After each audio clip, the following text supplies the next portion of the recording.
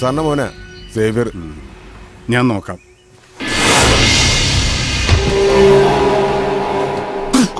പൂച്ചാളി piece കാണിക്കല്ലേ സാറേ? സാറിനെ കാത്ത് നിൽക്കുമായിരുന്നു രണ്ട് പറയാൻ. പുലിക്കോട്ടിലച്ഛൻ്റെ അവിടെ നാടകം കളിക്കാൻ വേണ്ടി പോലീസ് ട്രൂപ്പിലെ കലാകാരന്മാരെ കൂട്ടി പോയ വിവരം ഞാൻ അറിഞ്ഞായിരുന്നു. ആരുടെ കണ്ണി പൊടിയിടാനോവാ? സേവിയർ. ആ സേവിയർ തന്നെ. കൊലപാതക കേസിലെ പ്രതി ഒളിച്ചിരിക്കുന്ന സ്ഥലം കൂട്ടുകാരന് ചോർത്തി കൊടുത്തിട്ട് അവൻ പണി നടത്തി ഉറപ്പായതിനു ശേഷം അവിടെ ഒന്ന് പോയി പ്രതി രക്ഷപ്പെട്ടു റിപ്പോർട്ട് ചെയ്താലേ അത് വിശ്വസിക്കാൻ ചില കൂടിയ സാറന്മാരും സംസ്ഥാനം ഭരിക്കുന്ന പോലീസ് മന്ത്രി കാണും. പക്ഷെ പാലയിലെ തന്തയ്ക്ക് പറഞ്ഞ അമ്പിള്ളേർ അതിനെ കിട്ടുക. സേവിയർ, പബ്ലിക് റോഡാണ്. തനിക്ക് എന്തെങ്കിലും പറയാനുണ്ടെങ്കിൽ ഓഫീസിലേക്ക് വാ. ഞാനൊരു ഓഫീസിലോട്ട് ഇല്ലുവാ. ഇയാളും അവനും കൂടെ നടത്തിയ ഇടപാട് ഞാൻ അറിഞ്ഞു എന്ന് പറയാൻ ഇവിടെ കാത്തു നിന്ന്. അവനെ കാണാനാ ഞാൻ പോകുന്നത്. അവനെയും കാണും, ആ പെങ്കുച്ചിനെയും കാണും. എന്റെ അനിയനെ കൊന്ന അപരാധി ആദ്യം ഞാനൊന്ന് ശിക്ഷിക്കട്ടെ, എന്നിട്ട് ഉയിര് ബാക്കിയുണ്ടെങ്കിൽ തനിക്കൊണ്ട് തരാം.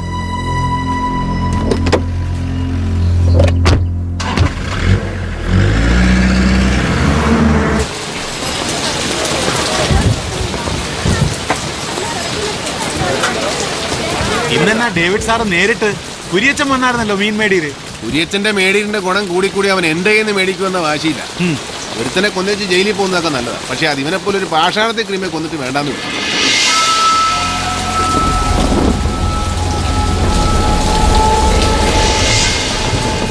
എത്ര കിലോ ഉണ്ട്?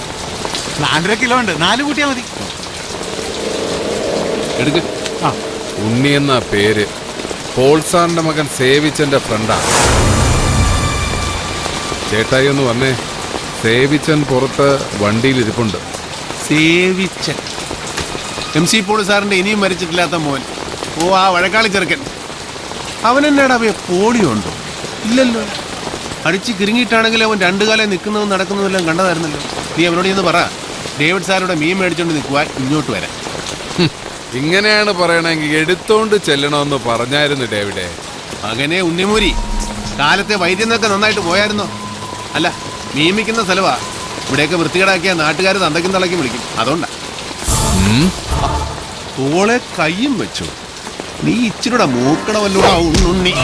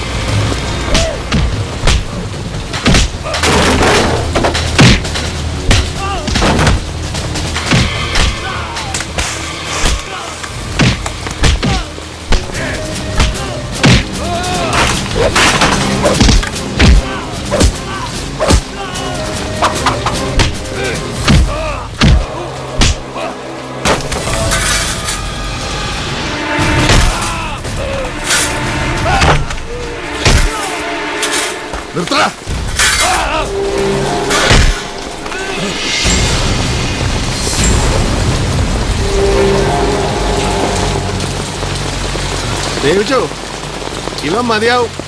കിഴക്കമ്മലെ കഞ്ചാവ് കൃഷിക്ക് കാവല് നിൽക്കാനും, നീ ചെറ്റപൊക്കാൻ ഇറങ്ങുമ്പോൾ ചൂട്ടും പിടിച്ച് മുമ്പേ നടക്കാനും, കമ്പന്തേനി ഇറക്കിറങ്ങുമ്പോൾ കാണുന്ന പാവം തവഴന്മാരെ പൂച്ചാണ്ട് കാണിച്ച് പേടിപ്പിക്കാനും ഒക്കെ. പക്ഷെ ഇത് കോട്ടയമാടാ. ഇവിടെ കളിക്കാൻ ഇറങ്ങുമ്പോൾ ഒരു ഇച്ചിരി കൂടെ മൂത്ത ഒരെണ്ണത്തിന് ഇറക്കും.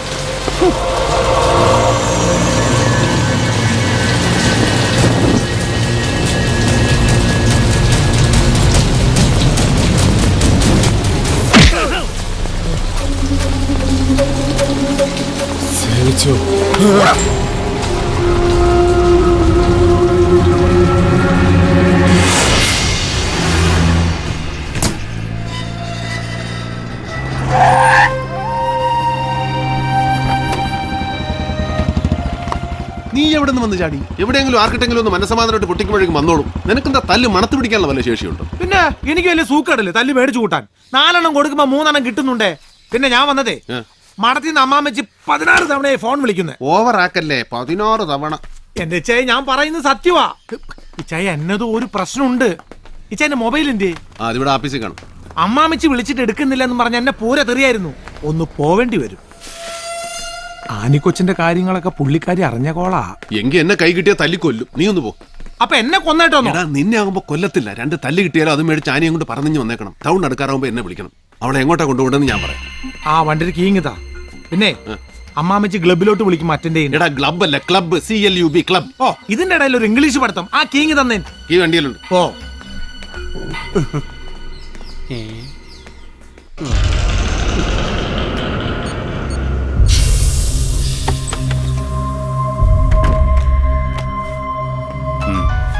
സർ.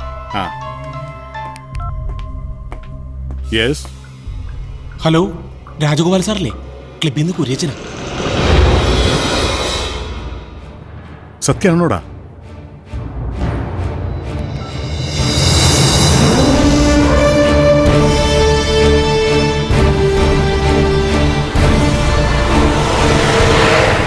കന്യാശ്രീ മഠമാണ് സാർ. അതെ, പക്ഷേ ഇനിയും നമ്മളത് കോൺസിക്വൻസ് എന്ന് പറഞ്ഞ് ലേറ്റ് ആയാൽ കഴിഞ്ഞ തവണത്തെ അനുഭവം തന്നെ ഉണ്ടാവും. ഞാൻ വിളിച്ചു പറയാം സാർ. ഉവ്വ. ഓക്കെ. ജോണി, താൻ ആ DGPയുടെ ഓഫീസിലേക്ക് ഒന്ന് വിളി. ഞാൻ നേരിട്ട് വിളിച്ച് അനുവാദം മേടിക്കണം എന്ന് ആചാര്യ സാർ പറയണത്. പറഞ്ഞേക്കാം.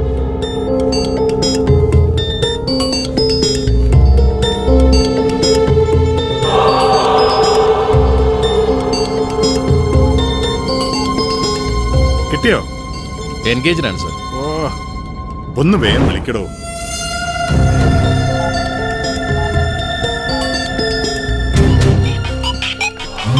ഫോൺ അടിക്കുന്നു. അബൂബക്കറ, രാജഗോപാലിന്റെ. ഹലോ, റിംഗ് ഉണ്ട് സർ. ഇങ്ങതാ സാർ. ഹലോ. ഇൻഫർമേഷൻ സോളിഡാ. ഡേവിഡിന്റെ കസിനാണ് അവിടുത്തെ mother superior. Yes sir, I am on my way. പത്രക്കാർക്ക് ഒരു തരത്തിലുള്ള ന്യൂസും കൊടുക്കില്ല. Yes sir, thank you sir. പണിയാണ് ചെയ്ത. ഇനി സൂനൊന്ന് വിളിക്കും. ഓ, പരിധിക്ക് പുറത്ത്. ഇവൻ പോയാലും ചെയ്തേ മടത്തി പോലീസ് എത്തുന്നതിന് മുമ്പ് അവളെ പൊക്കിയിരിക്കണം. അണ്ണാ സുഖു. എന്തൊക്കെ? എടാ, രാജഗോപാലും ടീമും കൂടെ അങ്ങോട്ട് വിട്ടിട്ടുണ്ട്. നീ ഒരു കാര്യം ചെയ്യും, നേര്യമംഗലത്തൊന്ന് നിർത്തിക്കും. അയാളുടെ വണ്ടി കാണുമ്പോൾ എടുത്ത് വിട്ടാൽ മതി. സ്ട്രൈറ്റ് റൂട്ട് മാറി മാറി അവനൊന്ന് വട്ടം കിടക്കും. ഒരു കാരണവശാലും പിടികൊടുക്കരുത്. ഏറ്റു ചായ.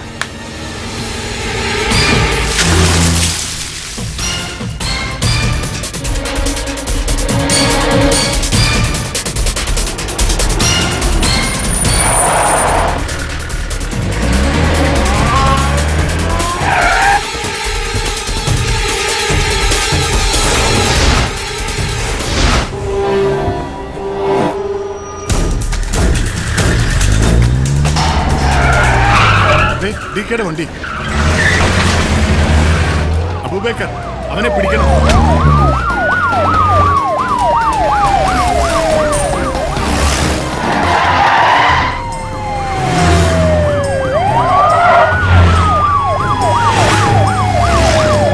ഒന്ന് വേഗം വിടറോ.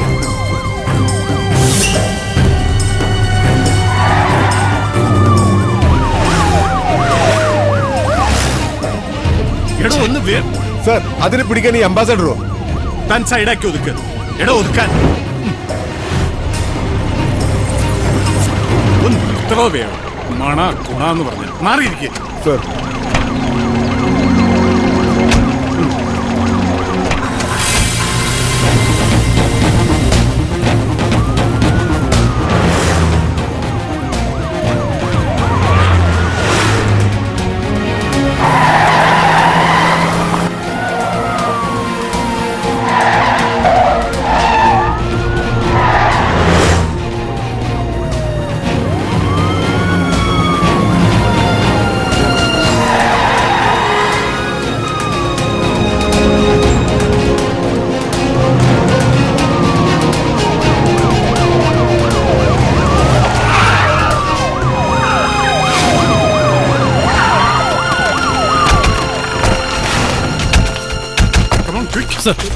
ആ എന്നതാ സാറേ?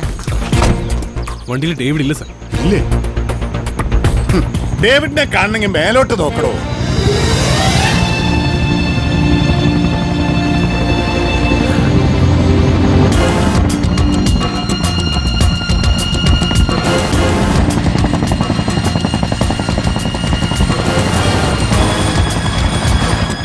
പറന്നു വരുന്നു.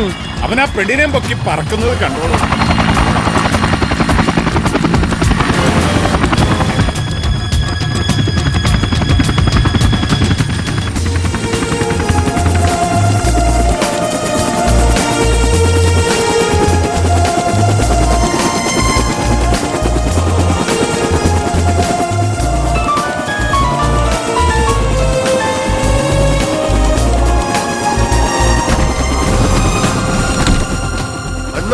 എന്നാടാ? റബ്ബർ തോട്ടത്തിൽ മരുന്നടിക്കാൻ മാത്രമല്ല, ഇതുകൊണ്ട് ഇങ്ങനെയും ചില ഗുണങ്ങളൊക്കെ ഉണ്ട്.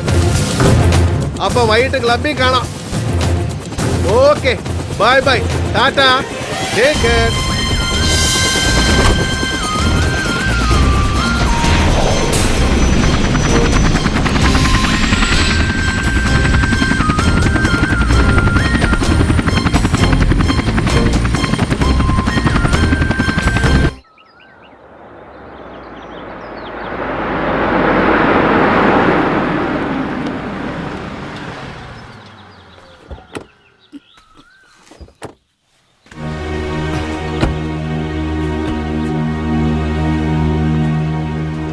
നമസ്കാരം സാർ. ആ, ഡേവിഡ് ഉണ്ടോ?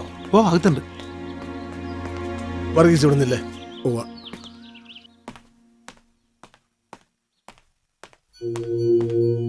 ഈശോയെ, ഇതാര്? ഇരുന്നാട്ടെ സാറേ. എന്റെ മോൻ അറുങ്കൊല ചെയ്യപ്പെട്ടു എന്നറിഞ്ഞ് എന്റെ വീട്ടിലെത്തിയത് ആയിരങ്ങളായിരുന്നു. അവരുടെ ഒന്നും മുന്നിൽ ഒരു നിമിഷം പോലും പതറാതെ നിന്നവനാ ഞാൻ. ഉള്ളിലെ കരച്ചില് 2 തുള്ളിയായി പുറത്തേക്ക് വന്നത് നിന്റെ മുന്നിലാ. അത് നിന്നോട് അത്ര സ്നേഹമുള്ളതുകൊണ്ടാ, എനിക്ക് ആ വാത്സല്യമുള്ളതുകൊണ്ടാ. പിഴയായി പോയ മൂത്ത മോന്റെ സ്ഥാനത്ത് നിന്റെ പോലെ ഒരുത്തനെ ദൈവം തമ്പുരാൻ എനിക്ക് തന്നില്ലല്ലോ എന്ന് പലപ്പോഴും ആലോചിച്ചിട്ടുള്ളവനാ ഞാൻ. ആ, എന്നോട് നീ ഇത് കാണിക്കാൻ പാടില്ലായിരുന്നു ഡേവിഡേ. അന്നമ്മച്ചേച്ചി, ഒരു കാപ്പിയെ കൊച്ചിന്റെ കയ്യിൽ കൊടുത്തു വിട്ടാട്ടെ. പഞ്ചസാര വേണ്ട. സൽക്കാരത്തിനുള്ള സമയമല്ല ഡേവിഡേ.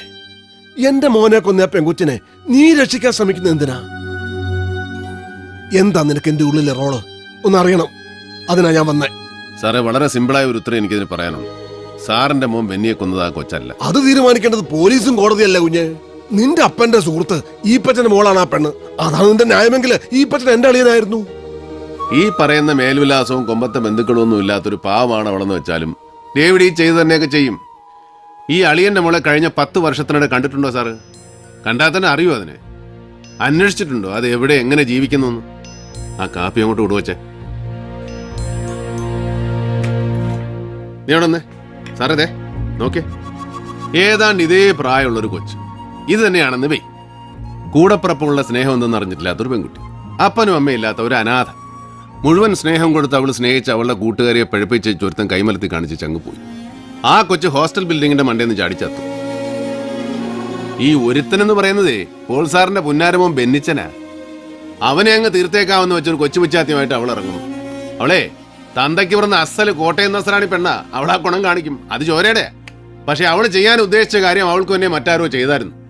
അതാരെന്ന് അന്വേഷിച്ച് കണ്ടുപിടിക്കുന്നതോ പോട്ടെ, അവളുടെ തലയിൽ ആ കുറ്റം ചാർത്തി ചടങ്ങ് തീർക്കാൻ ബന്ധപ്പെടുന്ന പോലീസും അതിന്റെ പിന്നെ മറഞ്ഞിരുന്ന് ചരട് വിളിക്കുന്ന ആളോ ആളുകളോ അതാരാണെന്ന് ഡേവിഡിന് അറിയണം.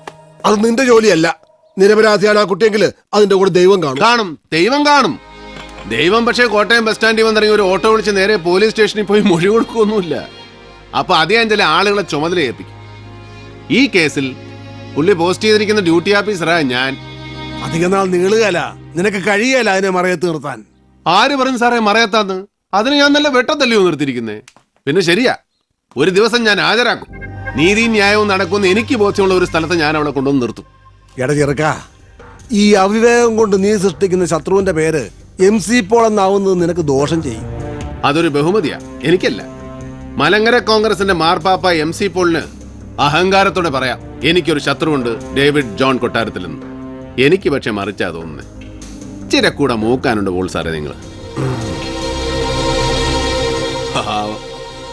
മോനെ കുത്തിമലത്താൻ പോയവിടെ കയ്യിൽ നിന്ന് കാപ്പി വാങ്ങിച്ചു കുടിച്ചോണ്ട് പോകുന്ന പോക്ക് കണ്ടില്ലയോ?